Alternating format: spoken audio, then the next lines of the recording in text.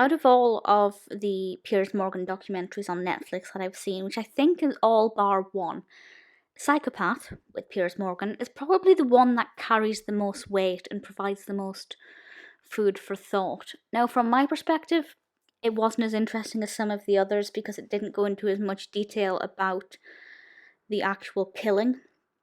And I think there's a very good reason for that, and I kind of respect its decision to do that because of the age of the victim. And there were a few things I didn't like about the documentary, but for the most part, I completely think it's worth watching. So, as with the rest, I watched this on Netflix. This was originally released last year in 2019. And Piers Morgan goes to a prison, as he has with the rest, to talk to a diagnosed psychopath, Paris Bennett. And when Paris was 13, he murdered his younger sister. I think she was 4 years old, but somebody can correct me if I'm wrong. And he stabbed her many, many times with a knife. And I think that's maybe one of the main reasons why they didn't go into too much graphic detail. Because I just think given the age of the victim, that would be quite disturbing for a lot of viewers. And while I don't think it would bother me too much, I completely respect the decision for that. So he's talking to Paris, and I have to say, for the most part, Paris seems likable, I guess. It's the conversation's pleasant. He doesn't, he's not rude to Piers. He doesn't try and defend himself against things that, he is so obviously guilty. But what I did find uncomfortable was some of the... It cuts to different people, different professionals involved in this, and they give their opinion on certain traits that he is displaying that are kind of often attributed to the psychopath. And a couple of the experts I just found really annoying. And on the one hand, yes, what they were saying was probably true, but at the same time, I feel like every word that came out of his mouth, they were accusing of being the words of a psychopath. And it completely strips him of the human he is. Because most people, including psychopaths, because they are people, will have, their darker self and their actual self. I'm sure you'll know yourself that when you're angry and frustrated and lashing out verbally or physically even, that's not you on a normal basis. And I just think with a psychopath, it's completely heightened. But they completely rip him of any humanity that he may have when they're ripping into him. But Piers Morgan doesn't do that. The experts they cut to do, and it really annoyed me, but I actually think Piers's technique in this particular documentary was very good. He gave Paris the floor he needed to speak. I did get the impression that Piers was quite nervous at a certain point. I should mention that this interview was being conducted behind very thick glass because Paris is deemed to be violent. Now, I don't know why. Well, let me explain. It was not really mentioned that he's been physical violent while he's been in prison. There was no mention of really how his behaviour has been since he was put into juvenile detention. Obviously, he's an adult now. He's up for parole in a few years. So this was only last year, so I don't think he would have been up for parole by this point yet. But I would have liked to have known some more of the background of what his life has been like in prison and how he has reacted. Because a lot of the documentary was revolving around, if he gets out, will he be able to control himself or will he be a massive danger to society? And that's valid. And I think this is why one of the most important of Piers's Netflix documentaries. And that's because if he gets out, it's not just his mother. His mother does speak quite a lot in this, and I think she's got a very admirable and courageous attitude, and I applaud her for that.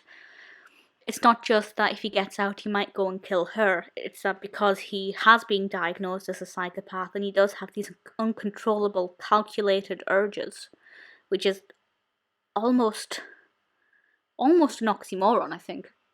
But I guess that's just how it works. He could snap and kill anybody. Or could he? And that's, obviously he was 13 at the time.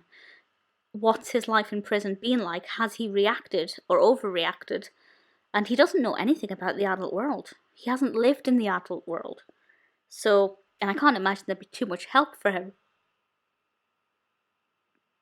So it's an exceptionally interesting one to look at, not just because looking into the mind of a diagnosed psychopath is brilliant, but because he was only 13, and if he's released from prison, he's going to be released into a world he's never known. The world as I viewed it when I was 13 is not reality. You don't view life through adult eyes when you're a child. So I can't imagine how difficult it would be for him. And then I feel like that would have a very negative impact on his mental health, and then that would, of course, reduce his ability to control the darker side of his mind. And one thing that really bugged me, I'll mention it briefly, very quickly. He said that he reads a lot. He's got a very big IQ, very clever, very intelligent, and he reads a lot of horror. And those two annoying experts it kept cutting to were like, well, he only reads horror because he needs to feed the dark part of his mind, and when he gets out, he'll do it properly. I'm thinking, well, maybe not. I read horror. I'm not going to kill anybody, to the best of my knowledge. So I think they need to kind of stop being so blunt and treat him like a human with a mental health condition. Because those are the kinds of people who, I was going to say who give psychopaths a bad name. Alright, that's maybe being too blasé. But who give mental health a bad name, because it's realistically, it's not his fault. It's the way his brain is wired. And he needs extensive therapy and a lot of medication. But treating them as inhuman is completely unacceptable. And saying that the only way they could possibly enjoy reading something is because it, feeds that urge is just disrespectful. There are times when he felt quite controlling of the situation. Piers would ask a question, he would sit quite silently and make sure that the answer he gave was thoroughly thought out. But in a way, don't we all do that? When you're giving an interview, you're told to think of your answer before blurting it out. So I'm not saying he's not a diagnosed psychopath, but as he says in the documentary, he believes he's on a spectrum. It's not just you're normal, you're a psychopath. I mean, there is a spectrum. We know this, or certainly the majority of people believe this. You can't not every psychopath is the same, is what I'm trying to say. So the documentary, I'm actually very fond of it, and I thought it was done very well. It was directed by Stuart Cabb, by the way. I don't believe that I mentioned that. I wish it was longer. I would have liked to have known more about Paris Bennett's background that could have potentially led him to kill his younger sister. Obviously, it's a heartbreaking story. We have video footage of her as a child. I would have liked to have known what his life in prison was like and how he has reacted over the years to different things. I do think he feels remorse. But I don't know, I don't think it's difficult because I don't think he should be released, but I don't think he should be treated like somebody who isn't human. I just hope that things work out for the best. When you do something like that at 13, your life's gone, and that's awful. And I don't blame him outright. Because somebody who kills at 13, there's something mentally wrong with the wiring. And I don't think, while the person needs to be punished, I don't necessarily think they can be blamed. I think you have to blame their brain and give them the help they need. So we'll see how this works out. The best of luck to him, I guess, and I hope his mother gets whatever she wants out of this. But the documentary itself, well worth a watch.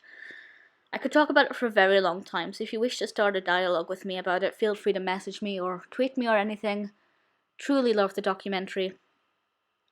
Thoroughly recommend it.